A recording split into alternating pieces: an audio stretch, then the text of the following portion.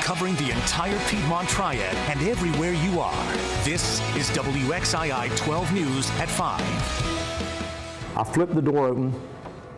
I told her she was a stupid cow and why I thought she was a stupid cow. There was an elementary school kid, which is one thing. Right now on WXII 12 News at 5, telling his side of the story. Tonight, only on WXII 12 News, you will hear a former school bus driver's account of what happened in an apparent road rage war of words. Good evening. It was last week that we brought you exclusive eyewitness accounts of that heated exchange between the driver of Winston-Salem Forsyth County School Bus number 43 and the driver who he claims cut him off. Now, for the first time, we're hearing from Ross Meachem. Margaret Johnson is live in the newsroom with the WXII 12 exclusive. Well, good evening to you. The 68-year-old grandfather and former Marine told me he just lost it that morning. He says it's really not who he is, and tonight he's sorry he disappointed so many people. Did I lose it and do something I should not have done? I certainly did. Ross Meachem apologizing for how he reacted last Thursday morning when he says another driver cut him off during his bus route and showed him her middle finger. The former bus driver says he was angry. Not angry enough to take any kind of physical action, not angry enough to curse, but angry enough to let them know, yeah, I thought they were a stupid cow in a skinny minute.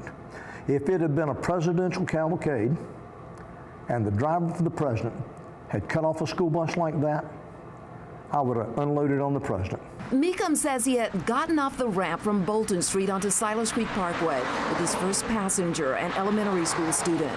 He says heavy traffic forced him to come to a complete stop.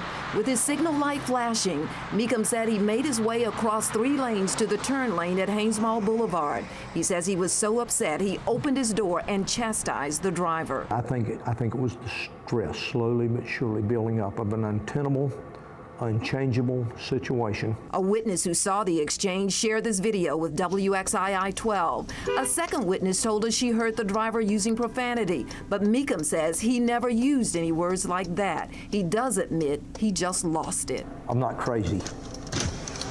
I lost it for a second. He says it was a compilation of what bus drivers deal with every single day. Drivers running past stop school buses, putting children in danger. He says it came to a head that morning. Afterwards, he knew it was time to resign. I just have failed because of that one 30-second incident in so many ways that I cannot get back. At times, it's almost unbearable for me. Meachem was a bus driver for Winston-Salem Forsyth County Schools for 3 years. He resigned immediately after that incident, again saying the danger that other drivers put his young riders in was just too much to continue. Back to you. Well, this is a story WXII 12 News will continue to cover, bringing you the latest information on the air and on WXII12.com. We are covering a developing story out of South Carolina right now. That's where an Amber Alert's in effect for a mother and her teenage daughter. Authorities say that 36-year-old DeAndreen McConey and 17-year-old Leandre Jenkins were abducted this morning in St. Stephen's by the man that you see on the right of your screen, 36-year-old Telly McClam. They are believed to be in a blue 2000 Hyundai Accent. Anyone with information is asked to call the Berkeley County Sheriff's Office at 843-719-4412. In his first court appearance this afternoon, the man who was operating a ride at the North Carolina State Fair that injured 5 people was denied bond. Timothy Tutterow faces 3 criminal counts of assault with a deadly weapon. It was last Thursday that the ride jolted into motion as people were trying to get off of it. According to investigators, that ride had been intentionally tampered with to bypass critical safety devices. 3 people remain in the hospital with serious injuries. Meanwhile, another worker at the State Fair is on the mend tonight after he was injured while dismantling another Vortex ride earlier today. We're told he injured his leg. Officials say this ride is a different one than the Vortex ride we were just telling you about in that previous story. You are looking at a live picture from Burlington where a Moral Mondays demonstration is just getting underway. This is happening at the historic Depot Amphitheater on Main Street. Moral Monday protests began in April and are led by the state chapter of the NAACP and other groups. They are protesting laws passed by the Republican-led General Assembly. Our Bill O'Neill is there, and we'll check in with him in just a little bit. All weapon deer hunting in the Piedmont is set to begin next month, and ahead of the season, a reminder of what not to do once your hunting is over. We get more now from Veronica White in Stokes County.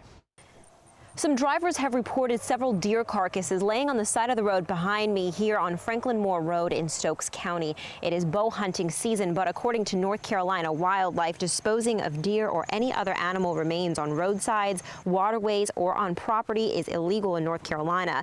Irresponsible dumping of deer carcasses can spread disease and could result in misdemeanor and felony charges. And this has been reported to Wildlife. I'm Veronica White in Stokes County, WXII 12 News. And you can contact your solid waste management provider for policies in your community. In Greensboro tonight, still no official word on what sparked this massive fire at a scrapyard. That fire broke out Friday morning at D.H. Griffin's scrapyard, and the plume of smoke could be seen from miles away. Nobody was hurt. The exact cause is still unknown, but firefighters do confirm that the fire started in a pile of broken refrigerators, stoves, and water heaters.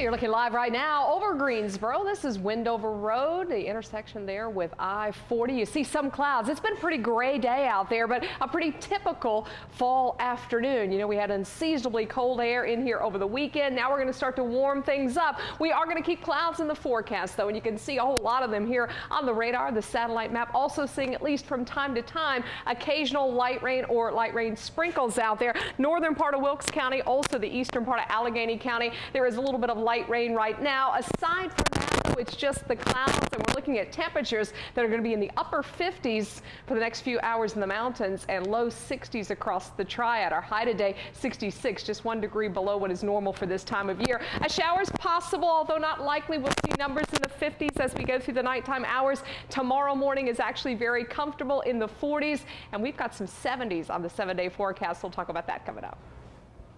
You might notice some firefighters tagging along with Meals on Wheels volunteers this week. Tonight, our Rob Wu shows us how they're making sure that our most vulnerable citizens have the safest winter possible.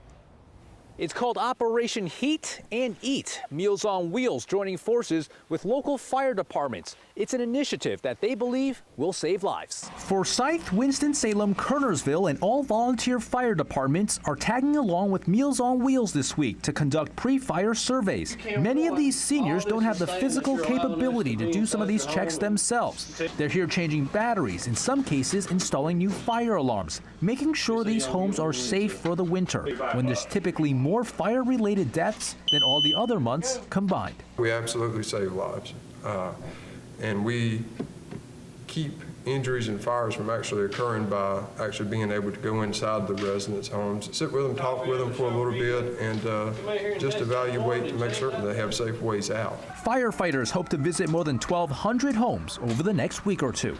I'm Rob Wu, WXII 12 News. And the money for those smoke detectors is provided by a state grant and the Forsyth County Fire and Rescue Association. Tomorrow marks 1 year since Superstorm Sandy made landfall, battering the Northeast. The superstorm killed more than 180 people and caused $65 billion in damage. The effects from Sandy were felt from Florida to Maine and as far inland as Michigan. Here in North Carolina, waves kicked up by Sandy's winds washed out a section of Highway 12 on the Outer Banks. It was like a scene out of a movie. A robbery suspect is in custody tonight after a standoff that ended on the roof of a Raleigh movie theater. The manager of the car, Mike 15, says he was trying to open up when two men tried to rob him. He was able to call 911. One of the men was arrested right away. The other one ran up onto the top of the roof of the theater, made his way to the roof there, but you can see eventually cornered and taken away in handcuffs. Authorities in Winston-Salem are searching for 3 people behind an armed robbery at a motel. Police say the trio tied up 2 people in a room at the Green Valley Motel on Patterson Avenue around 1:30 this morning. Officers say the robbers took things from the room and left. A woman has been charged with operating a puppy mill in North Carolina. The mill in Pender County was raided earlier this month. More than 100 animals were rescued, including dogs, chickens, cows, and a goat. 72-year-old Marilyn Medina faces 13 counts of animal cruelty. Many of the animals were taken to the Guilford County Animal Shelter for treatment. Police in High Point are investigating a hit and run that injured a bicyclist. This happened around 7 o'clock this morning at the intersection of South Main Street and Archdale Road. That bicyclist was taken to the hospital for treatment, and so far, no arrests. Authorities have identified the man whose remains were found in the AC duct of a vacant business in Durham. The body of Kenneth Smith was discovered earlier this month in the vent of the old Town and Country convenience store on Fayetteville Street. The 48-year-old man had last been seen back on September 3rd. And Commitment 2013, former President Bill Clinton was in Virginia today campaigning for Democratic gubernatorial candidate Terry McAuliffe. His Republican opponent, Ken Cuccinelli, was campaigning in Lynchburg with Senator Rand Paul of Kentucky. I'm Bill O'Neill in downtown Burlington. We'll hear from some of the folks at this packed house at the Depot Amphitheater coming up next. Also, a diabetes prevention tour making a stop here in the Triad. How it's helping folks take notice of some of the warning signs of the disease. That's right, that spooky time of the year is back. Coming up, find out how much Americans are spending on Halloween. And trust me, it's scary. And yet another closure on 52. I'll show you where and for how long when we come right back.